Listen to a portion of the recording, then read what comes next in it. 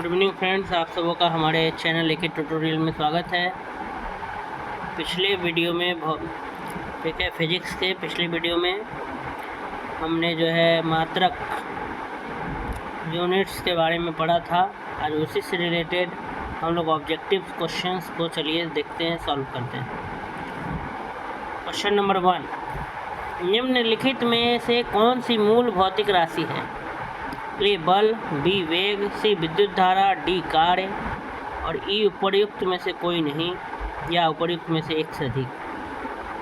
तो मूल भौतिक राशि हमने बताया था कि 7 होते हैं, तो इसमें से सी जो है वो मूल भौतिक राशि है।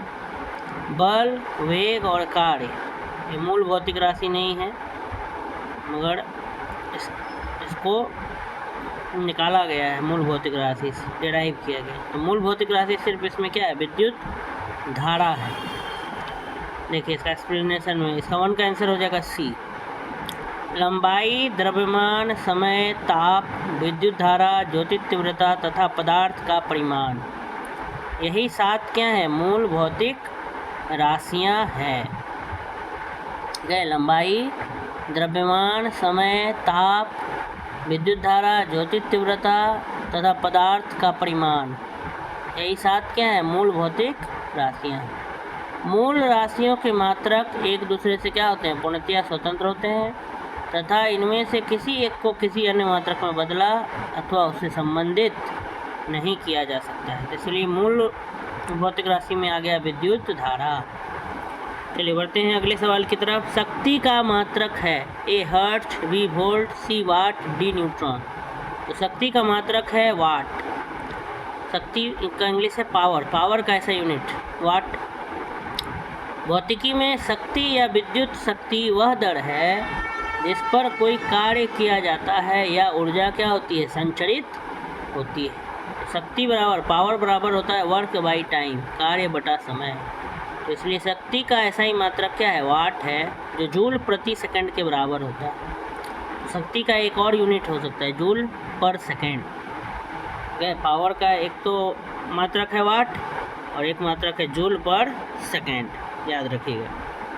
चलिए बढ़ते हैं नेक्स्ट क्वेश्चन की तरफ। विद्युत शक्ति की इकाई है ए एम्पेयर, बी वोल्ट, सी कूलम, डी वाट।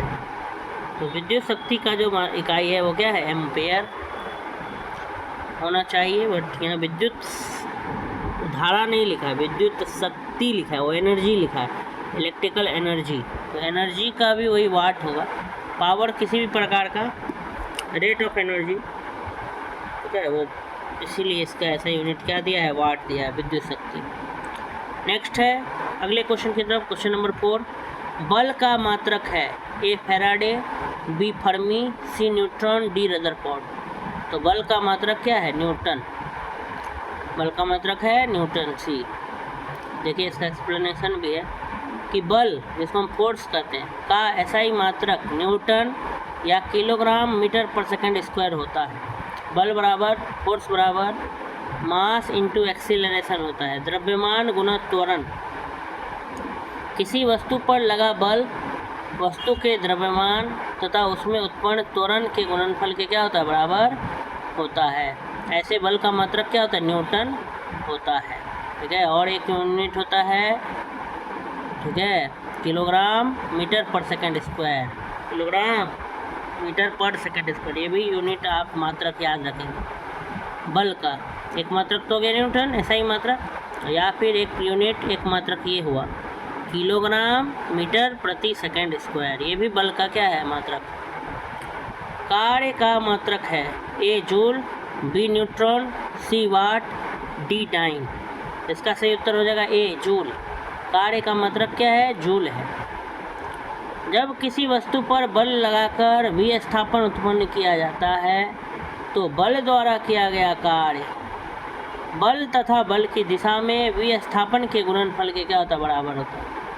कार्य एक अदिश राशि है, स्केलर क्वांटिटी। इसका मात्रक न्यूटन मीटर है, जिसे जूल कहते हैं। जूल ऊर्जा का भी मात्रक। तो वर्क का भी ऐसा यूनिट जूल है, ठीक है।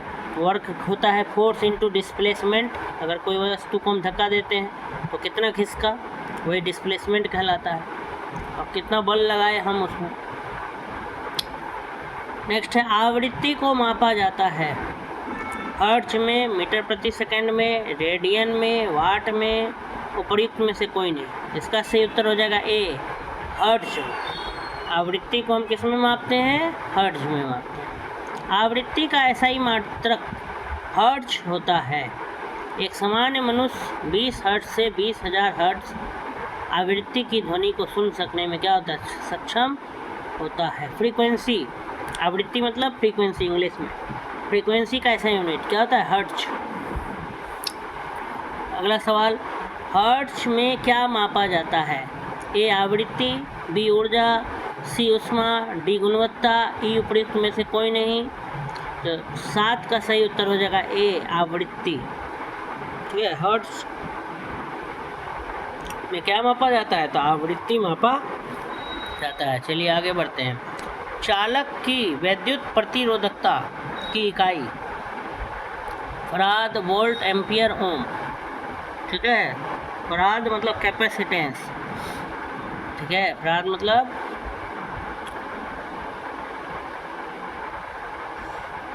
नहीं, क्या लिखा हुआ है यहाँ? चालक की वैद्युत प्रतिरोधकता, वैद्युत प्रतिरोध मतलब इलेक्ट्रिकल रेजिस्टिविटी का यूनिट बताना, इलेक्ट्रिकल रेजिस्टिविटी का। तो इसका ऐसा यूनिट ओम मीटर होता है। इसमें से सिर्फ ओम दिया हुआ था, तो इसमें से कोई उत्तर नहीं है, इसलिए ये स्टार लगाया गया है इसमें। फराद, वोल्ट, एम्पियर और ओम। ओम नहीं होगा, ओम मीटर होगा। और रेजिस्टेंस का ओम होता है, प्रतिरोधक क्षमता ओम होता है, लेकिन ओम मीटर विद्युत प्रतिरोधकता। ठीक है, इलेक्ट्रिकल रेजिस्टिविटी ये भौतिक का है कि फिजिक्स में है कि किसी पदार्थ की वैद्युत प्रतिरोधकता इलेक्ट्रिकल रेजिस्टिविटी से उस पदार्थ द्वारा विद्युत धारा के प्रवाह का विरोध करने की क्षमता का पता चलता है। कम प्रतिरोधकता वाले पदार्थ आसानी से विद्युत आवेश को चलने देते हैं। इसकी एसआई इकाई मात्रक ओम मीटर। ठीक है, चलिए नेक्स्ट। ओम मीटर मात्रक है ए प्रतिरोध का, बी चालकत्व का, सी प्रतिरोधकता का, डी आवेश का, ई उपयुक्त में से कोई नहीं। तो इसका सही उत्तर हो जाएगा सी, प्रतिरोधकता का। ओम मीटर जो मात्रक है वो किसका है? प्रतिरोधकता का। चलिए बढ़ते हैं अगले सवाल की तरफ। निम्नलिखित जुग्मों में कौन सा एक सुमेलित नहीं है? जैसे देखिए यहाँ ऐसा ही मात्रक दिया हुआ है, इधर मात्रा दिया हुआ है। लेंस की क्षमता यहाँ लिखा है डायोप्टर, दबाव या दाब पास्कल, रेडियो एक्टिव पदार्थ की सक्रियता क्यूरी, उष्मा जूल। अगर हम ध्यान दें तो ए, बी और डी का सही मात्रक दिया हुआ है, सी का जो है गलत दिया हुआ है। रेडियो एक्टिव पदार्थ की सक्रियता को हम बेकुरल में नापते हैं। किस में नापते हैं? बेकुरल में। और क्यूरी तो उसका पुराना गैर ऐसा ही मात्रक, इसलिए यही क्यूरी जो है गलत। लेंस की क्षमता का सही दिया है, डायोप्टर ही होता है। दबाव या दाब का ऐसा ही मात्रक पास्कल होता है, उष्मा का भी जूल होता है। तो सी जो है वो गलत दिया हुआ है। चलिए बढ़ते हैं नेक्स्ट क्वेश्चन की तरफ। प्रकाश वर्ष इकाई है ए दूरी की, बी समय की, सी आयु की, डी प्रकाश की तीव्रता की। तो प्रकाश वर्ष जो है वो किसकी इकाई है? दूरी की है। प्रकाश वर्ष किसकी इकाई है? दूरी की। ए हो गया दूरी। तो प्रकाश द्वारा, ये थोड़ा एक्सप्लेनेशन देख लेते हैं। प्रकाश द्वारा एक वर्ष में तय की गई दूरी को एक प्रकाश वर्ष लाइट ईयर कहते हैं। एक प्रकाश वर्ष बराबर होता है 9.46 गुना 10⁻15 मीटर। ठीक है, तो प्रकाश वर्ष किसकी इकाई है? दूरी की इकाई है। प्रकाश वर्ष होता क्या है? तो देखिए प्रकाश वर्ष, प्रकाश द्वारा, लाइट द्वारा एक वर्ष में तय की गई दूरी को एक प्रकाश वर्ष कहते हैं। और एक प्रकाश वर्ष का है वैल्यू 9.46 गुना 10⁻15 मीटर। नेक्स्ट क्वेश्चन बोला है प्रकाश वर्ष होता है ए वह वर्ष जिसमें सूर्य का प्रकाश अधिकतम रहा हो, बी वह वर्ष जिसमें कार्यभार हल्का रहा हो, सी प्रकाश द्वारा एक वर्ष में चली गई दूरी, डी सूर्य तथा पृथ्वी के बीच की औसत दूरी। तो इसका सही उत्तर हो जाएगा सी, प्रकाश द्वारा एक वर्ष में चली गई दूरी को ही हम क्या कहते हैं? प्रकाश वर्ष कहते हैं। नेक्स्ट, प्रकाश वर्ष है ए वह वर्ष जिसमें फरवरी 29 दिनों की होती है। बी वह दूरी जो प्रकाश एक वर्ष में तय करता है। सी वह समय जो सूर्य की किरणें तथा पृथ्वी तक पहुंचने में लेती है। डी वह समय जिसमें अंतरिक्ष यान पृथ्वी से चंद्रमा तक पहुंचने में लेता है। इसका भी सही उत्तर यही बी हो जाएगा। प्रकाश वर्ष क्या है? वह दूरी है जो प्रकाश एक वर्ष में क्या करता है? तय करता है। ठीक है, और एक प्रकाश वर्ष का दूरी 9.46 × 10⁻15 मीटर। नेक्स्ट क्वेश्चन देखिए, अगला सवाल। खगोलीय दूरियां प्रकाश वर्ष में मापे जाने का कारण निम्नलिखित में कौन सा है? खगोलीय दूरियां जो एस्ट्रोनॉमिकल डिस्टेंस है प्रकाश वर्ष में मापा जाता है, तो उसमें से कौन सा है? ए तारकीय पिंडों के बीच की दूरियां परिवर्तित नहीं होती है। बी तारकीय पिंडों का गुरुत्व परिवर्तित नहीं होता है। सी प्रकाश सदैव सीधी रेखा में यात्रा करता है। और डी प्रकाश की गति स्पीड सदैव एक समान होती है। तो इसका सही उत्तर हो जाएगा डी, 14 का हो जाएगा डी। प्रकाश की गति या स्पीड सदैव क्या होती है? एक समान होती है। तो 14 का हो जाएगा डी, प्रकाश की गति हमेशा क्या होती है? एक समान होती है। चलिए बढ़ते हैं अगले सवाल की तरफ।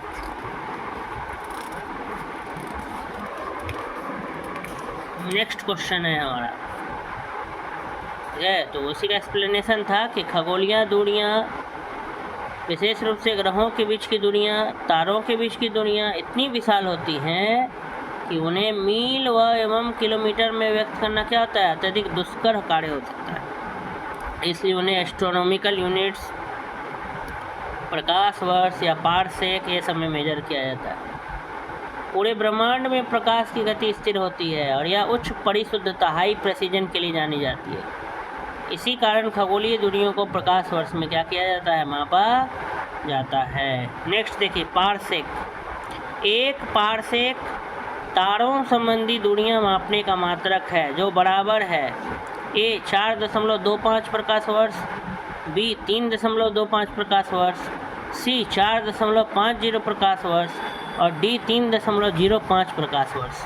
तो इसका सही उत्तर हो जाएगा बी, 3.25 प्रकाश वर्ष। पारसेक मतलब पैरालैक्टिक सेकेंड का संक्षिप्त रूप है। इसका प्रयोग लंबी खगोलीय दूरी को व्यक्त करने के संदर्भ में होता है। एक पारसेक बराबर 3.0857 × 10⁻16 मीटर और एक प्रकाश वर्ष बराबर 9.46 × 10⁻15 मीटर। पारसेक मात्रक है ए दूरी की, बी समय की, सी प्रकाश की चमक की, डी चुंबकीय बल की। तो पारसेक भी जो है वह क्या है? दूरी की यूनिट। पारसेक किसकी यूनिट है? दूरी की। चलिए बढ़ते हैं अगला सवाल। माप की कौन सी इकाई को 0.39 से गुना करने पर इंच प्राप्त होता है? ए मिलीमीटर, बी सेंटीमीटर, सी मीटर, डी डेसीमीटर। इसका सही उत्तर हो जाएगा बी, सेंटीमीटर। माप की इकाई 1 सेंटीमीटर बराबर 0.39 इंच होता है। अतः सेंटीमीटर इकाई में 0.39 से गुना करने पर हमको क्या प्राप्त हो जाएगा? इंच प्राप्त हो जाएगा। अगर हमको सेंटीमीटर से किस में बदलना है? इंच में बदलना है, तो 0.39 से क्या करना पड़ेगा? गुना कर देना पड़ेगा और हमको क्या हो जाएगा? प्राप्त हो जाएगा। चलिए बढ़ते हैं अगले सवाल की तरफ। 6 फीट लंबे व्यक्ति की ऊंचाई नैनोमीटर में कैसे व्यक्त की जाएगी? लगभग में बताना है। 183 × 10⁻6 नैनोमीटर कि 234 10⁻6 नैनोमीटर, 183 × 10⁻7 नैनोमीटर या 181 × 10⁻7। तो इसका सही उत्तर हो जाएगा सी, 183 × 10⁻7 नैनोमीटर। आखिर कैसे होगा सी? आइए यहाँ देखते हैं। एक में नैनोमीटर का मतलब होता है 10⁻−9 मीटर और एक फीट का मतलब होता है 0.305 मीटर। तो एक फीट बराबर 0.305 को इससे गुना कर देंगे और इसी को सॉल्व किया है। पॉइंट को घसका दिया इस तरफ, तो इधर पावर पॉजिटिव हो गया है। और 6 फीट है तो 6 से गुना कर दिया है। तो ये कैलकुलेशन है, ये आप देख सकते हैं। नेक्स्ट है, 1 नैनोमीटर होता है ए 10⁻⁻6 सेंटीमीटर, बी 10⁻⁻7 सेंटीमीटर, सी 10⁻⁻8 सेंटीमीटर और डी 10⁻⁻9 सेंटीमीटर। तो 1 नैनोमीटर जो होता है वो 10⁻⁻9 सेंटीमीटर होता है, 10⁻⁻9 मीटर होता है। यहाँ सेंटीमीटर लिखा, अच्छा, तो ये गलत हो जाएगा, 10⁻⁻9 नहीं होगा, तब 10⁻⁻7 हो जाएगा, क्योंकि इसमें +2 और ऐड होगा। ठीक है, यहाँ देखिए, यहाँ 10⁻⁻9 मीटर के समतुल्य, लेकिन हमारा यहाँ सारा चीज़ यही देखना, हड़बड़ी में गड़बड़ी नहीं करना। यहाँ सेंटीमीटर लिखा है, नैनोमीटर को जब हम मीटर में बदलते हैं तो होता है 10⁻⁻9, लेकिन यहाँ सेंटीमीटर में बदलना है, तो देखिए पावर को बस चेंज कर दिया है। तो याद रखना 1 नैनोमीटर बराबर 10⁻⁻7 सेंटीमीटर। चलिए आगे देखते हैं। एम्पेयर मापने की इकाई है, ए वोल्टेज, बी विद्युत धारा, सी प्रतिरोध, डी पावर। तो इसका सही उत्तर हो जाएगा विद्युत धारा। एम्पेयर इसकी मापने की इकाई है विद्युत धारा की। एम्पेयर विद्युत धारा मापने की एक इकाई है। यदि किसी चालक तार में 1 एम्पेयर की धारा प्रवाहित हो रही है तो इसका अर्थ है कि उस तार में प्रति सेकंड 6.25 × 10⁻18 इलेक्ट्रॉन एक सिरे से प्रविष्ट होते हैं तथा इतने ही इलेक्ट्रॉन प्रति सेकंड दूसरे सिरे से बाहर निकल जाते हैं। तो एम्पेयर जो है वो विद्युत धारा मापने की क्या है, इकाई है। नेक्स्ट है मेगावाट, बिजली के नापने की इकाई है जो उत्पादित की जाती है, उपभोग की जाती है, बचत की जाती है, ट्रांसमिशन में ह्रास हो जाती है। तो उत्पादित की जाती है। मेगावाट बिजली के नापने की इकाई है जो विद्युत उत्पादन केंद्र में उत्पन्न की जाती है। 1 मेगावाट 10⁻6 मिलियन वाट के बराबर होता है। 10⁻6 मतलब मिलियन, 1 मिलियन वाट के बराबर होता है। 1 मेगावाट मतलब 1 मिलियन वाट। आगे देखिए, सूची 1 को सूची 2 से सुमेलित कीजिए, मिलाना है, मैचिंग है। इधर त्वरण है, इधर जूल है, इधर आपका बल है, इधर न्यूटन सेकंड है, इधर कृतकार्य है, इधर न्यूटन है, इधर आवेग है, इधर मीटर प्रति सेकंड स्क्वायर है। तो इसका मैचिंग अगर हम मिलाएंगे तो ध्यान रखिएगा कि बल का तो न्यूटन होता है, तो बी का 3 हो जाएगा। बी का 3 देखिए इसमें किसमें है, तो सी और डी में है।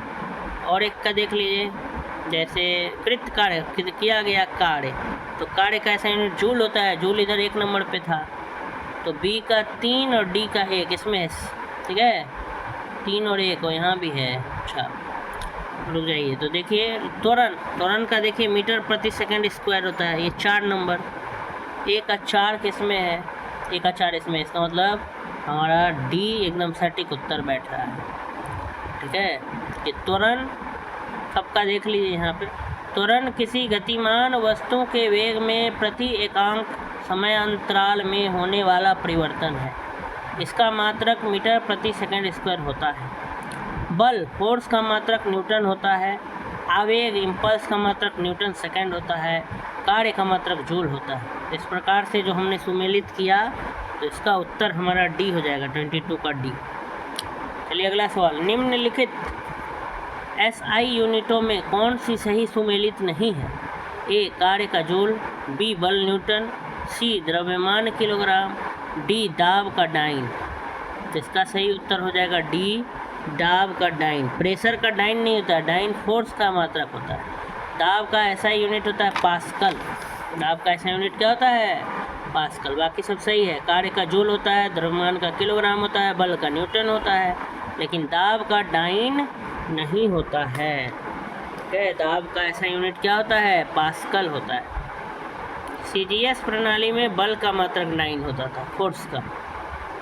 4 पद्धति के बारे में आपको पढ़ाया था मैंने, मात्रक का जो एक वीडियो बनाया था इससे पहले, आप प्लेलिस्ट में जाके देख सकते हैं, एक ही ट्यूटोरियल्स के प्लेलिस्ट में, फिजिक्स के प्लेलिस्ट में।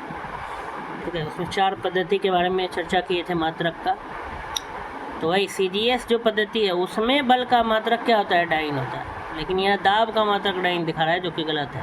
दाब का ऐसा ही मात्रक क्या होता है, पास्कल। तो ये सब मात्रक का चैप्टर है, मात्रक याद रख लेना है। कार्य का जूल, बल का न्यूटन, द्रव्यमान का किलोग्राम, दाब का डाइन। चलिए आगे बढ़ते हैं। सूची 1 को सूची 2 से सुमेलित कीजिए। तथा नीचे दिए गए कूट का प्रयोग करके सही उत्तर चुनिए। जैसे A watt, B knot, C nautical mile, D calorie. इधर लिखा हुआ है उष्मा, 1 उष्मा, 2 नौ संचालन, 3 समुद्री जहाज की गति, 4 शक्ति। तो वाट जो है वो शक्ति का होता है, ये सही हो गया। कैलोरी जो है उष्मा का होता है। नॉटिकल मील नौ संचालन, और नॉट समुद्री जहाज की गति, कुछ इस प्रकार से ही होगा। 1 का 4 देख लीजिए, पावर का, और कहीं 4 है नहीं, वाट पावर का है, शक्ति का, तो इसलिए इसका सही उत्तर हो जाएगा सी। तो सही उत्तर क्या हो जाएगा? सी हो जाएगा। मैंने 1 का 4 वाट का शक्ति, बी का 3 नॉट का समुद्री जहाज की गति, समुद्री जहाज की गति को नॉट में मेजर करते हैं। फिर नौ संचालन नॉटिकल माइल, और कैलोरी ये उष्मा का प्रतीक, डी का 1। चलिए नेक्स्ट देखते हैं। वही यहाँ लिखा है कि शक्ति पावर का मात्रक जूल, पावर का मात्रक जूल प्रति सेकंड होता है, जिसे वाट कहते हैं। नॉट समुद्री जहाज की गति मापने की इकाई है। पावर का मात्रक जूल प्रति सेकंड होता है, जिसे वाट भी कहते हैं। नॉट समुद्री जहाज की गति मापने की इकाई है। नौ संचालन में प्रयुक्त दूरी को नॉटिकल माइल में मापते हैं, और कैलोरी जो है वो उष्मा की मात्रा मापने की क्या है? इकाई है। ये देखिए सम्मिलित करने बोलता है। जूल इधर है धारा, एम्पियर सामर्थ्य, वाट कार्य, वोल्ट विभवांतर, कैलोरी उष्मा। तो जूल कार्य एवं ऊर्जा का मात्रक है, तो यहाँ कार्य और जूल इधर मैच कर जाएगा। एम्पियर जो है आपका धारा का, विद्युत धारा का है, तो आपका बी का 1 होना चाहिए, बी का 1 यहीं पर है, और 1 का 3 यहाँ है। इसका मतलब यही दोनों मैच कर रहा है। ए नंबर आंसर क्या हो जाएगा? सही हो जाएगा। सबको नहीं भी ढूंढेंगे तो चल जाएगा, हम ऑप्शन एलिमिनेशन से भी जा सकते हैं, परंतु अभी हम अगर यूनिट्स याद रखना चाहें तो रख सकते हैं। कार्य का भी मात्रक जूल होता है, ऊर्जा का भी मात्रक क्या होता है? जूल। वर्क एंड एनर्जी दोनों का ऐसा यूनिट क्या होता है? जूल होता है। जूल कार्य एवं ऊर्जा का मात्रक है। एम्पेयर वाट, वोल्ट एवं कैलोरी क्रमशः धारा, समर्थ, विभवांतर और उष्मा के मात्रक। एम्पेयर जो है वाट, वोल्ट एवं कैलोरी, मतलब एम्पेयर धारा का है, वाट सामर्थ्य का है, वोल्ट विभवांतर का है, और कैलोरी उष्मा का है। ठीक है, नेक्स्ट बढ़ते हैं अगले सवाल की तरफ। 1 हॉर्स पावर में कितने वाट होते हैं? 1000, 750, 746, 748।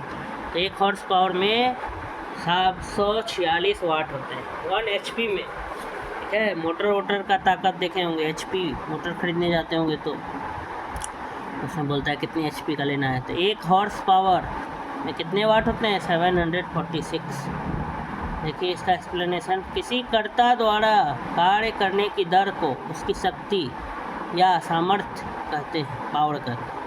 शक्ति का मात्रक जूल प्रति सेकंड होता है, जिसे वाट कहते हैं। 1 वाट बराबर 1 जूल प्रति सेकंड, और 1 अश्व शक्ति हॉर्स पावर बराबर होता है 746 वाट। ठीक है, तो याद रख लेना है कि 1 हॉर्स पावर में कितने वाट होते हैं? तो 746।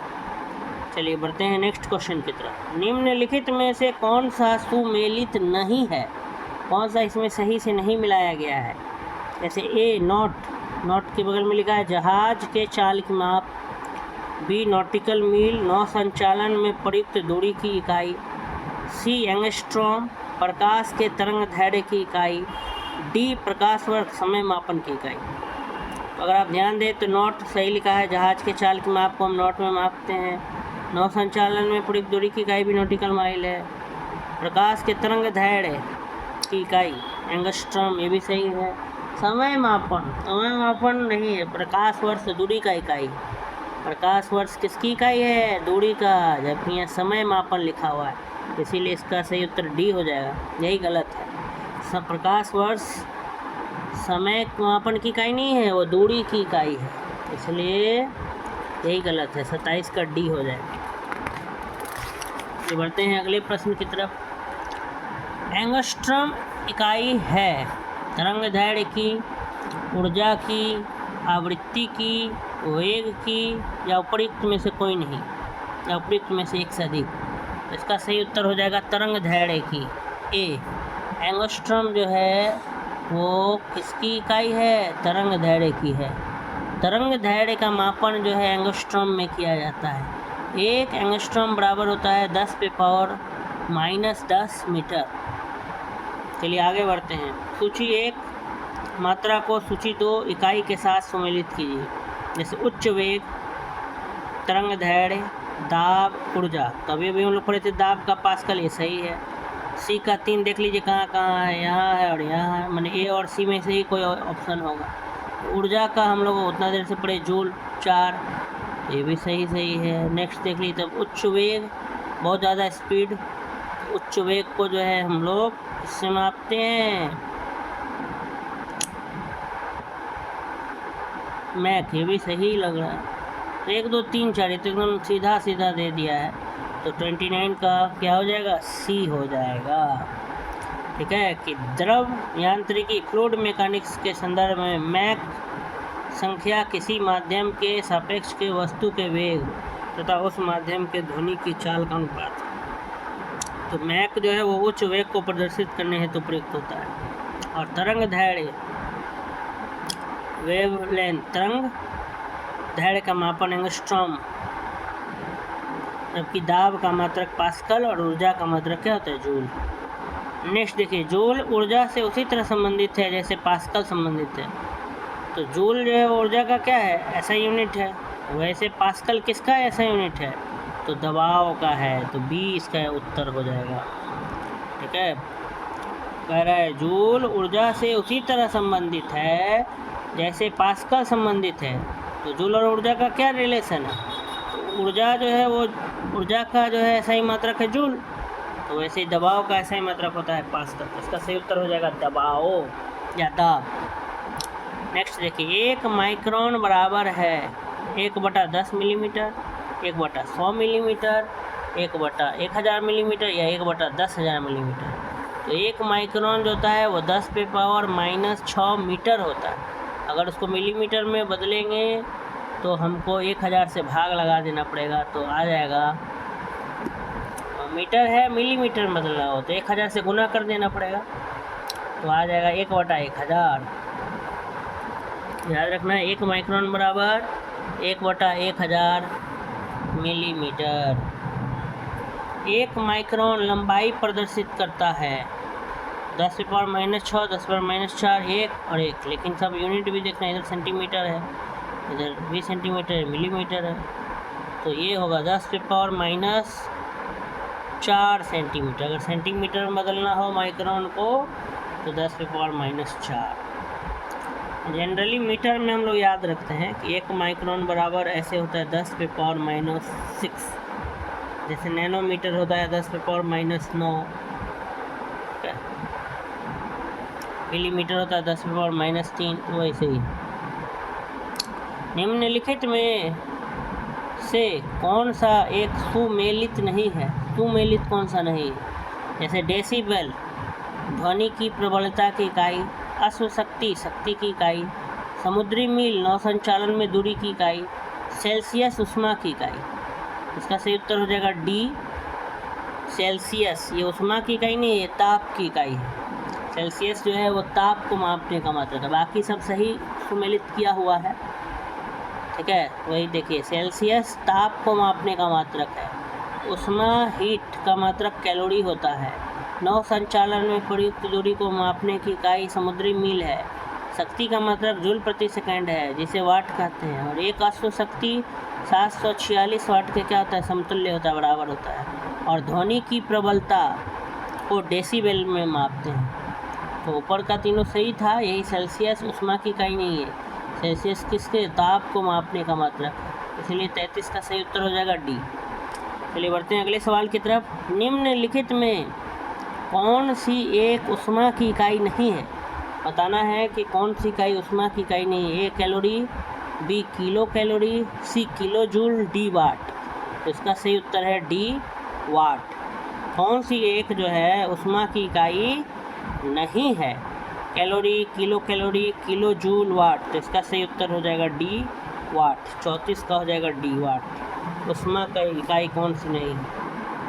नेक्स्ट देखिए, ऊष्मा एक प्रकार की ऊर्जा है जो पदार्थों के बीच तापांतर को व्यक्त करती है। ऊष्मा एक प्रकार की क्या ऊर्जा है जो पदार्थों के मध्य तापांतर को क्या करता है, व्यक्त करती है।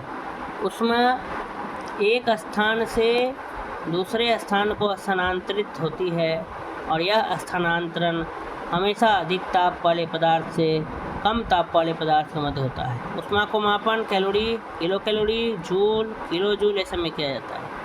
वाट शक्ति के मापन के लिए प्रयुक्त होता है। 1 वाट बराबर 1 जूल प्रति सेकंड। नेक्स्ट क्वेश्चन, ऊष्मा की इकाई निम्नलिखित में कौन नहीं है? सेंटीग्रेड, कैलोरी, अर्ग, जूल। तो सेंटीग्रेड नहीं है, ठीक है। ऊष्मा की इकाई सेंटीग्रेड नहीं है। सेंटीग्रेड जो है वो तापमान की इकाई है। कैलोरी, जूल और अर्ग ये ऊष्मा की इकाई है। ऊष्मा ऊर्जा का एक रूप है। जब ऊर्जा एक पिंड से दूसरे पिंड में तापांतर के कारण ट्रांसफ़र होती है, स्थानांतरित होती है, तब स्थानांतरित होने वाली ऊर्जा ऊष्मा कहलाती है।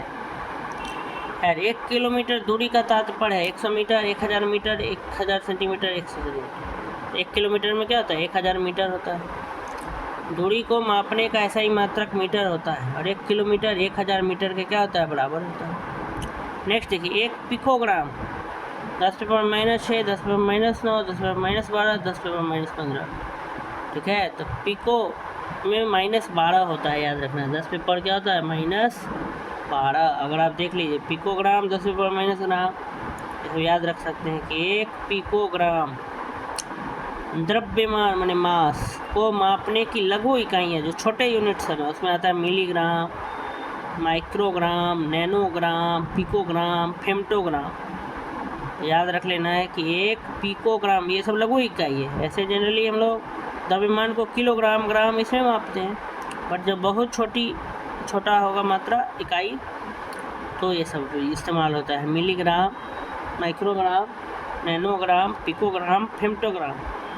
1 पिकोग्राम बराबर 10⁻⁻12 ग्राम। 1 माइक्रोग्राम बराबर 10⁻⁻6 ग्राम। 1 फेम्टोग्राम बराबर 10⁻⁻15 ग्राम। 1 मिलीग्राम बराबर 10⁻³ ग्राम और 1 नैनोग्राम 10⁻⁹ ग्राम।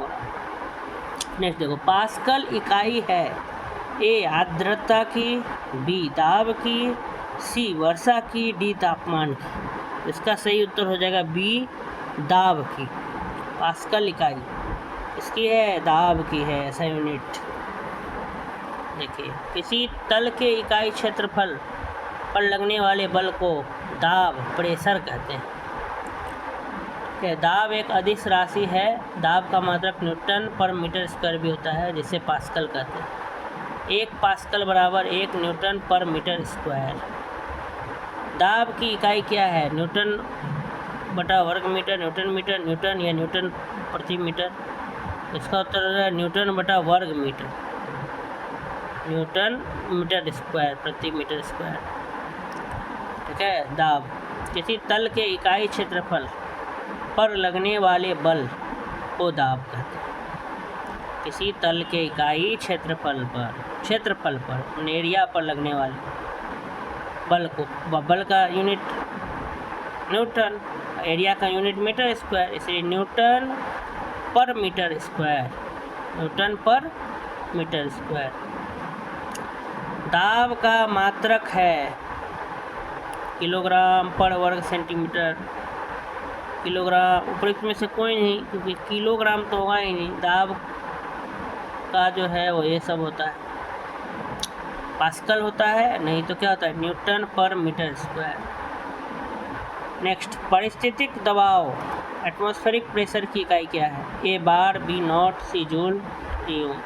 तो बार में मेजर किया जाता है। एटमॉस्फेरिक प्रेशर को किसमें मेजर करते हैं, बार। वायुमंडलीय दाब का गैर एसआई मात्रक बार है और एसआई मात्रक खैर है 10 पे पावर, एसआई मात्रक है आपका ये पास्कल है। दाब का कोई भी प्रकार के दबाव है, दबाव ही है, प्रेशर है, तो वो पास्कल में मेजर किया जाता है। 1 बार बराबर 10 पे पावर 5 पास्कल होता है।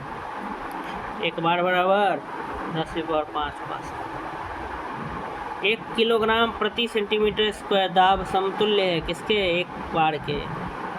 अभी जो पढ़े हम लोग कि 1 बार बराबर क्या होता है?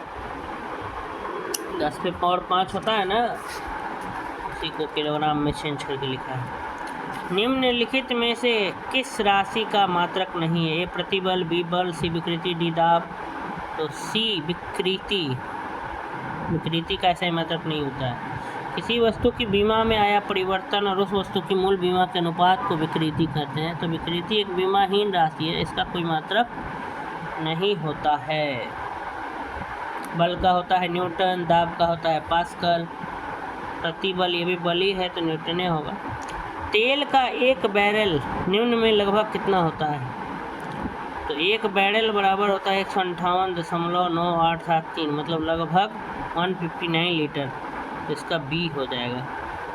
तेल का 1 बैरल बराबर कितना होगा? 159 लीटर को 1 बैरल कहा जाता है। पहले पूर्व की में तेल की मात्रा बैरल में नापी जाती है, अब इसे मीटर क्यूबिक मीटर में मापा जाता है। लंबाई की न्यूनतम इकाई, सबसे छोटा इकाई फर्मी मीटर। क्या है? Fermi metre. जैसे 1 माइक्रोन 10 पे पावर -6 मीटर, 1 नैनोमीटर 10 पे पावर -9 मीटर, 1 एंगस्ट्रॉम 10 पे पावर -10 मीटर और 1 फर्मी मीटर 10 पे पावर -15 मीटर। इस प्रश्न में सबसे जो छोटी इकाई है वो फर्मी मीटर है, 10 पे पावर -15, मतलब 1 को भागा लगाना है 10 पे पावर 15 में, सबसे छोटा इकाई यही होगा फर्मी मीटर। का यूनिट सब दिमाग में बैठाना है कि 1 माइक्रोन होता है 10 पे पावर -6 मीटर, नैनोमीटर होता है 10 पे पावर -9 मीटर के बराबर, 1 एंगस्ट्रॉम होता है 10 पे पावर -10 मीटर के बराबर, 1 फर्मी मीटर होता है 10 पे पावर -15 मीटर के बराबर। नेक्स्ट देखिए, सूची 1 को सूची 2 से सुमेलित कीजिए तथा सूचियों के नीचे दिए गए फुट का प्रयोग करते हुए सही उत्तर चुनिए। जैसे क्यूसेक दाब, बाइट भूकंप की तीव्रता, रिएक्टर प्रवाह की दर, बार कंप्यूटर। तो इसमें से मिलाना है। तो आप देख सकते हैं कि जल प्रवाह की दर को मापने के लिए क्यूबिक फीट प्रति सेकेंड या क्यूसेक उसको बोला जाता है, का प्रयोग किया जाता है, क्यूबिक फीट प्रति सेकेंड। ठीक है, नहीं बोला जाता इतना क्यूसेक। बाढ़ और के समय सुनते होंगे कि फाटक खोल दिया गया डैम का, इतना क्यूसेक पानी छोड़ दिया गया।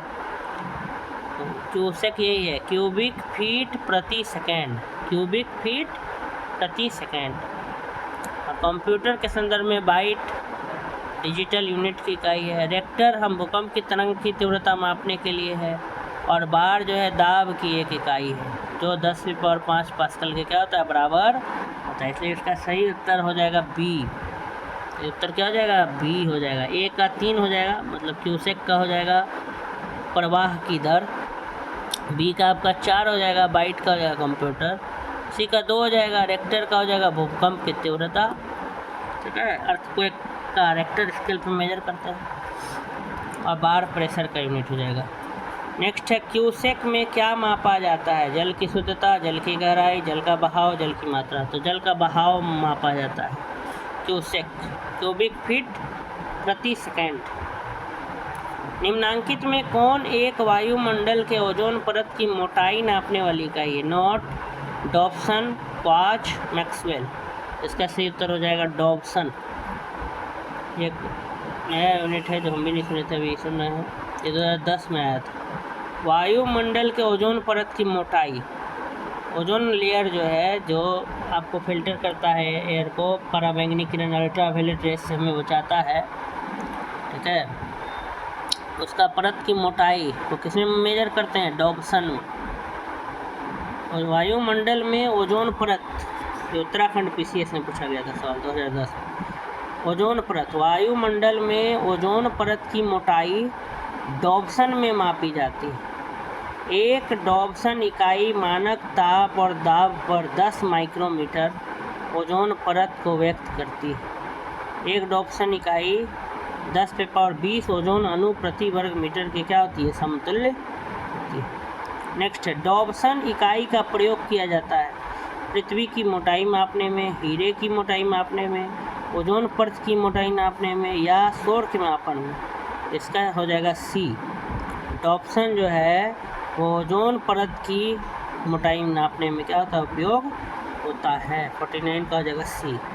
50वां क्वेश्चन, डॉप्सन इकाई से क्या मापा जाता है? तभी हमने पढ़े ओजोन की सांद्रता, ओजोन की मोटाई मापी जाती है। तो इस प्रकार से हमारा मात्रक का जो इम्पोर्टेंट ऑब्जेक्टिव्स है वो समाप्त हुआ। अगर आपको मेरा वीडियो अच्छा लगा तो आप चैनल को सब्सक्राइब करें, लाइक करें, कमेंट करें और अधिक से अधिक लोगों तक मेरी वीडियो को पहुंचाने का कष्ट करें। धन्यवाद।